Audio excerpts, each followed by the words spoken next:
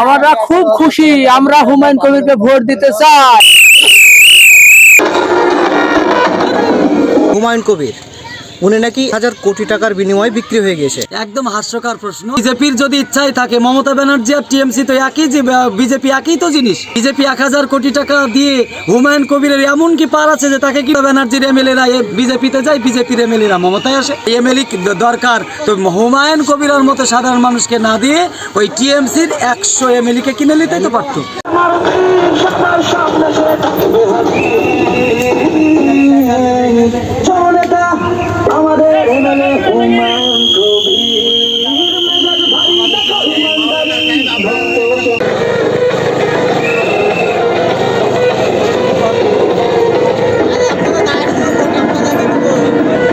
আমাকে ভোটটা দিয়ে অনেক কথা বললাম, এই বাসি চিহ্নে ভোট দিতে হবে।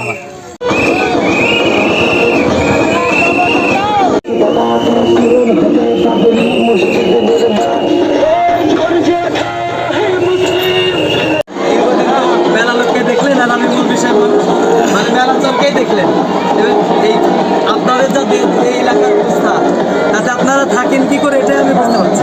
মাথায় রাখবেন, আমি 11 বার লকাপে থাকিয়েছিলাম, যাকে বাঙালি বলে বাজারের লকাপে জেলখানার মাল, সেই হিসাবে এখানকার ক্যান্ডিডেটকে জানিয়ে দেবেন হামিদুর রহমান এসেছেন।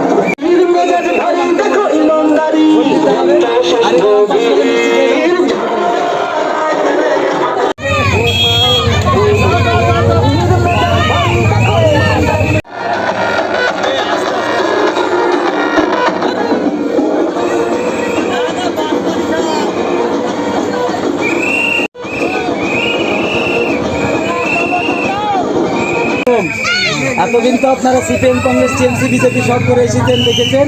আমি প্রথমবার ভোট প্রার্থী হলাম বাসির ক্যান্ডিডেট হুমায়ুন সাহেব যা আছে বাবরি মসজিদ তৈরি করছে, ওই দলের আমি প্রতিনিধি। আমি আপনাদেরকে বলবো, গ্রামে এতটা কষ্ট হচ্ছে যে আপনাদের রাস্তাঘাট নাই, হাসপাতালটা পড়ে আছে বন্ধ হয়ে, একদম মানে কি বৃষ্টি করে রেখেছে, অথচ এরা বড় বড় মানে লেকচার দেয়। তা আমি মহলান আপনাদের এখানেও জালসা করে গেছি। হাবিবুর রহমান মনে করেন আমি অনেকক্ষণ দীর্ঘক্ষণ বক্তব্য করেছি দাঁড়িয়ে দাঁড়িয়ে, এই গ্রামে এসেছি ওই কষ্ট ওই পারে গাড়ি রেখে। সেসব আমি চাইবো যে এবার আপনারা আমাকে ভোট দেন, এবং ভোট দিলে আমি চেষ্টা করবো এই গ্রামের একটা রাস্তাঘাট কব, যেভাবে এই যে আপনার পানির ব্যবস্থা নেই, এখানকার যে স্বাস্থ্য কেন্দ্রটা পড়ে আছে একদম শুরু থেকেই না কাজ পর্যন্ত পড়ে, সেখানে গরু আর ছাগল বসবাস করছে। আবার শুনছি আপনারা এখান থেকে নাকি হাসপাতালে যেতে হলে ওই ভ্যানে করে ট্রাক্টরে করছে। 1000 কোটি টাকার বিনিময়ে বিক্রি হয়ে গেছে। এটা একটা হাস্যকর কি বলবেন? একদম হাস্যকর প্রশ্ন। কারণ আপনারা যারা মিডিয়ার লোক, তারা সবাই দেখেছেন যে ভিডিওটি ছাড়া হয়েছে, সেটা দীর্ঘক্ষণের কথোপকথন, সেইটাকে কাটিং করে করে ছাড়িয়েছে। আরে বিজেপির যদি ইচ্ছাই থাকে, মমতা ব্যানার্জি আর টিএমসি তো একই, যে বিজেপি একই তো জিনিস। বিজেপি 1000 কোটি টাকা দিয়ে হুমায়ুন কবিরের এমন কি পার আছে যে তাকে কিনবে?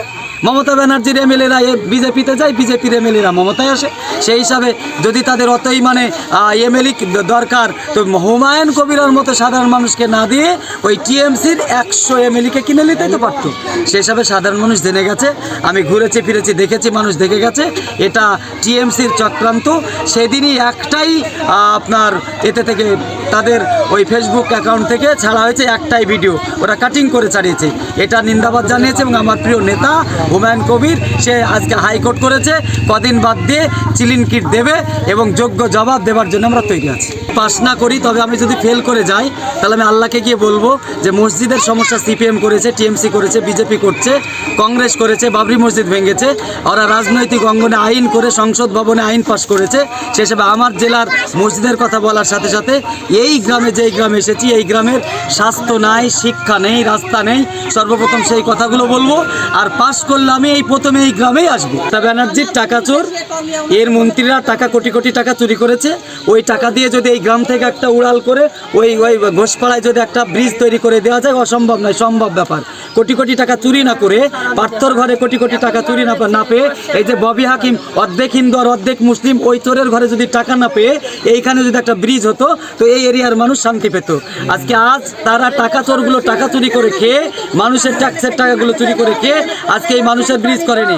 আমি কথা দিয়ে যাচ্ছি, আমি যদি সত্যি সত্যি এমএলএ হয়ে দায়িত্ব পেতে পারি, সংসদ ভবনে বলবো আমার এরিয়ার কথা।